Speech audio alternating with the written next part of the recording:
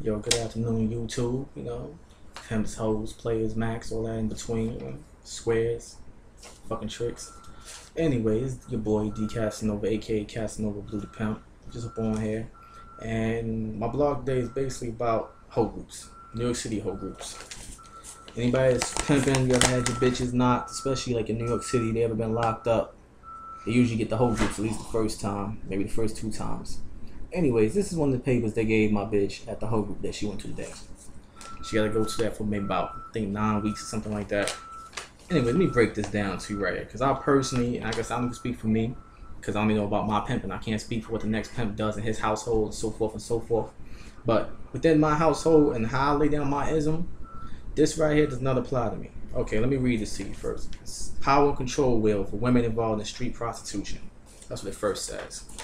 Then around this little circle here, around a little circle going around here, it says using male privilege and entitlement, telling her how to look, what to wear, dressing her, reducing her to a sexual commodity, and sex industry based on male privilege. That's what it says around the whole circle. That's what I was turning the paper on. Anyways, then the circle is broken down into about 8 pieces of a pie here. And at the top, the first 2 is economic abuse and sexual abuse. Economic abuse goes down like this: taking her money / benefits, not letting her control over the money she earns and withholding earnings, making her pay for her own habits, drug, alcohol, gambling, not paying the going rate, fixing thresholds and what she's earned and changing these. Now, like I said, only speaking for what happens within my household. You gotta live within your means, right? If a bitch goes out tonight and she only makes a stack, right? Why would I let this same bitch come in and spend, let's say, 900 out of this stack? That just doesn't make sense. So now we starting from 100 again. That don't make sense.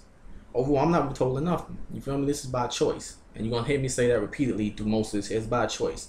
Hell, the bitch can go out and make 10 stacks and don't come back. Hey, that's on her. You feel me? I just gotta make do with what I make do with.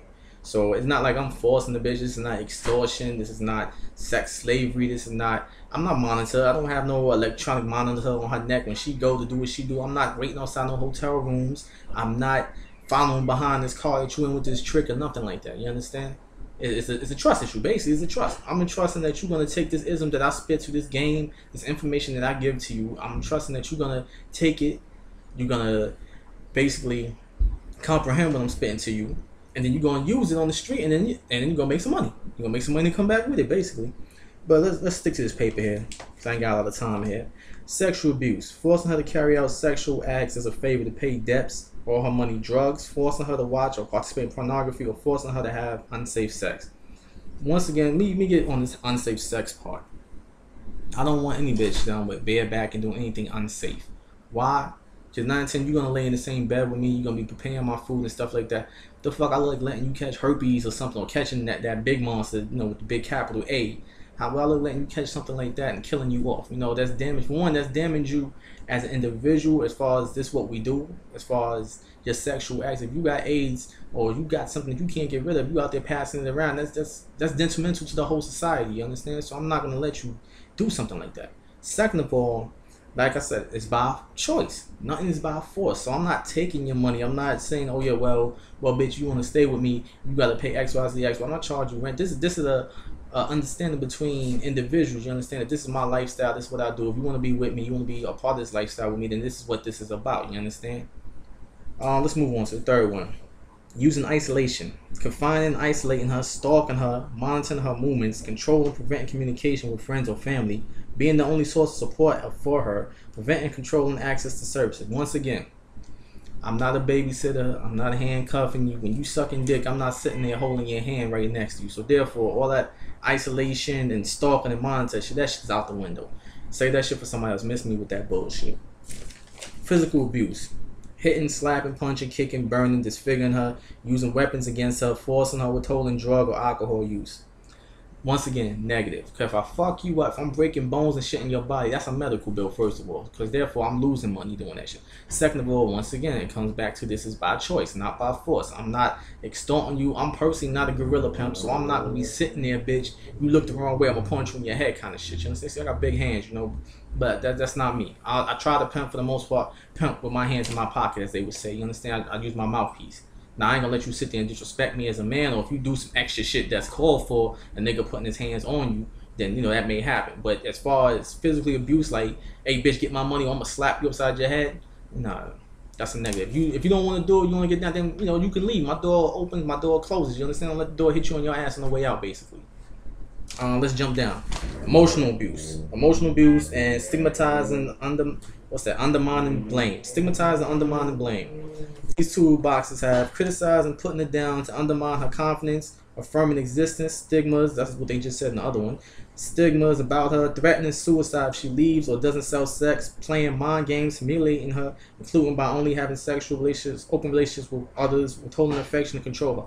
I damn sure ain't gonna kill my fucking self. You fucking crazy? The shit said, threatening to kill myself. Bitch, if you don't sell pussy, I'm gonna kill myself. But Ed Lover said, come on, son. Really? I'm gonna kill myself because you don't want to sell pussy? Bitch, you sound crazy. Moving the fuck on.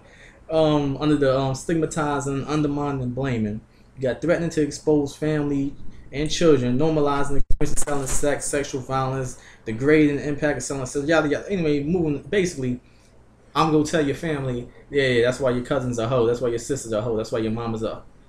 All that's, like I said, that's out the window. That has nothing to do with me. I'm with you because you a hoe. I want you because you're a hoe. I want you so that we can make money, through sexual services in most cases. So therefore, me using that as a weapon against you, that kind of goes against everything that I want you for, don't it? Like, it just doesn't make sense to me.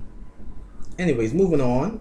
Using coercion, intimidation, and threats. This goes into the physical abuse, I feel, anyway, because it says threatening violence, saying to her, if you love me, you would do it, threatening to leave her, threatening to tell the police, social services, family members. Why would I tell police on what you doing? First of all, in most states, what we doing is illegal anyway. So why the fuck would I threaten to go to, I'm gonna go to the police and tell them you're a hoe? So you can turn around and tell them I'm a pimp? Really? Was it threatening to leave her? Like, bitch, I'm leaving you type. This is not a relationship. This is not a square. This sounds like some square bed boyfriend pimping, honestly. Bitch, if you love me, you'll go sell some pussy. Bitch, if you don't do it, our relationship is over. I'm leaving you. Blackmailing and shit. All this personally. Hold on, let me finish it before I put my 2 cents on it. Last one is encouraging drug and alcohol dependency.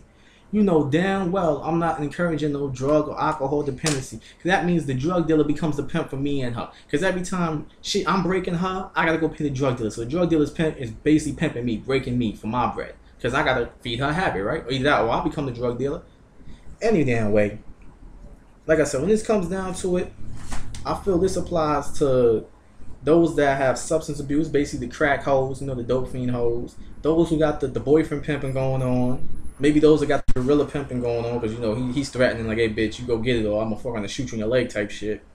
And sex slavery. I don't feel this applies to me, Casanova, at all because Casanova doesn't do any of these things.